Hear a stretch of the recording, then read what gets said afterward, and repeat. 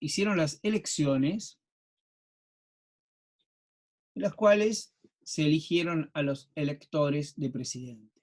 Recuerden que la elección de presidente era indirecta, había que elegir electores que elegirían a su vez al presidente de la nación. Y obviamente fue elegido quien era el líder de la Confederación en ese momento, Justo José de Urquiza, y su vicepresidente, el unitario Salvador María del Carril, que ya había sido ministro de Gobierno, ministro de Economía de Rivadavia.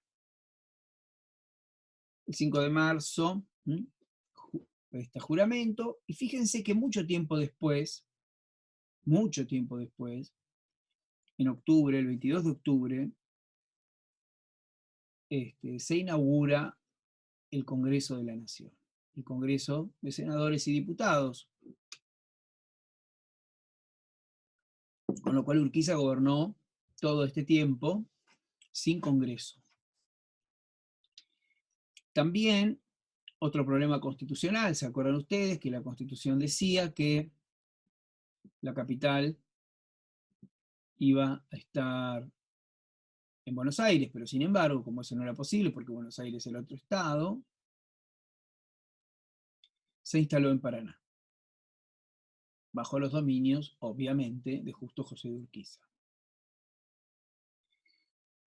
En marzo del 56, las relaciones entre la Confederación y Buenos Aires comienzan a deteriorarse vertiginosamente.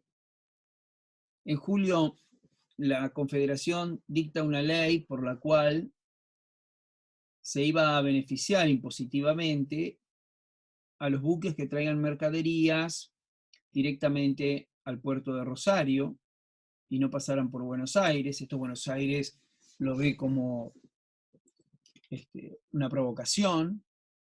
La Confederación tenía que tomar medidas económicas porque vivía muy mal, no tenía recursos, vivía del préstamo que le hacía Brasil.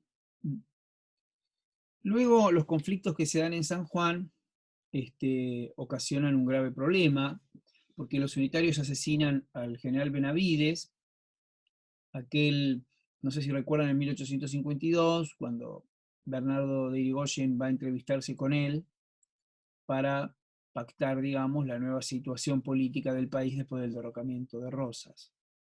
El asesinato de Benavides es una provocación y el Congreso de la Nación autoriza a Urquiza a tomar medidas. Hay algunas tratativas, pero los porteños piden que Urquiza se retire de la vida política. Y eso es prácticamente imposible porque él era el presidente. Con lo cual no quedó otra que el enfrentamiento armado entre la Confederación y Buenos Aires, que se produce el 23 de octubre, y en esa batalla, que también se llamó Cepeda, como aquella de 1820, triunfa la Confederación. Con el triunfo de la Confederación, se le impone a Buenos Aires incorporarse a la Confederación. Esa incorporación a la Confederación no va a ser así nomás, sino que va a estar regulada a través del Pacto de San José de Flores. Este pacto ha sido titulado, ha sido nombrado como el Pacto de Unión Nacional, ¿no? Porque sella el ingreso de Buenos Aires a la Confederación. Este pacto que entonces es firmado precisamente por Buenos Aires, por la Confederación, con la mediación del embajador de Paraguay en estas tierras. Este tratado se firma el 11 de noviembre de 1859 y que es muy importante, ¿sí? Es muy importante. Es más, algunas de sus cláusulas aún están vigentes. Fíjense lo que les digo. Establece que Buenos Aires se declara parte integrante de la Confederación. Punto esencial de estas cosas que les mencionaba. Pero Buenos Aires se va a incorporar con ciertos privilegios. Por ejemplo, le permite a Buenos Aires convocar a una convención provincial para examinar la Constitución de 1853.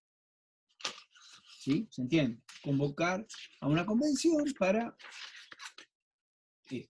revisar la Constitución. Si no tuviera nada que observar,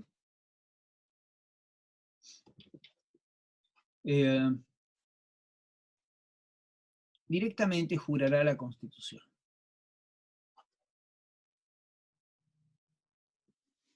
En el caso de que la Convención Provincial manifieste que sí tiene que hacer reformas, esas reformas le van a ser comunicadas al presidente, el presidente se la comunicará al Congreso de la Confederación, y el Congreso va a convocar, a través del artículo 30 de la Constitución Nacional, a una convención reformadora, a una convención ad hoc, que examinará las propuestas de Buenos Aires. El resultado de ese examen, ¿sí?, es obligatorio para Buenos Aires. Ese es el punto del artículo 5. Después, acá está en otro color, que no tiene nada que ver con lo que vimos, dice, salvándose la integridad del territorio de Buenos Aires, que no podrá ser dividido sin el consentimiento de sus legislaturas. Esto claramente hacía alusión al artículo 3 de la Constitución Nacional, que, como repito nuevamente, se ve establecido que Buenos Aires era capital de la Confederación. El artículo 2 que vimos y 5 son los que determinan la reforma constitucional de 1860. Hay que saberlos para la reforma constitucional de 1860. Son muy, muy importantes.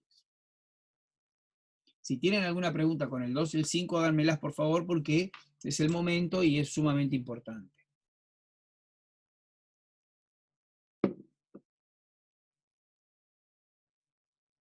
El 6 establece que Buenos Aires obviamente ya no puede mantener más relaciones diplomáticas con ningún país. Y es claro, se incorpora a la Confederación. El 7 dice, todas las propiedades de las provincias de Buenos Aires, sus establecimientos, seguirán correspondiendo a la provincia y serán gobernados y legislados por la autoridad de la provincia. Esto es muy interesante, y esto es lo que está vigente aún. Ahí puse yo el Banco Provincia, ¿no? ¿Por qué pongo el Banco Provincia? Porque el Banco Provincia se rige por las leyes de la provincia de Buenos Aires, no por las leyes nacionales de entidades financieras. Si ustedes van a sacar hoy un crédito al Banco Provincia, el Banco Provincia no te cobra IVA, porque no se rige por las leyes nacionales, debido a este artículo. Todas las provincias, entonces, no todas las provincias son iguales. Ojo. Dice, todas las propiedades de la provincia, que le dan sus leyes particulares, como sus establecimientos públicos, seguirán correspondiendo a la provincia y serán regidas por sus leyes. Pero el 8 dice, excepto, y marca una excepción. ¿Cuál es la excepción? La aduana. Dice, en cambio, la aduana será de la nación, porque así lo dice la Constitución Nacional. Todos los establecimientos de Buenos Aires seguirán siendo de Buenos Aires por sus leyes, menos la aduana. Y dice el artículo, pero como sabemos que Buenos Aires solo se financia con la aduana, le vamos a garantizar su presupuesto por 5 años. Es decir, le vamos a dar el dinero correspondiente a su presupuesto. Bueno, e invitan a Buenos Aires a que participe de la elección de presidente.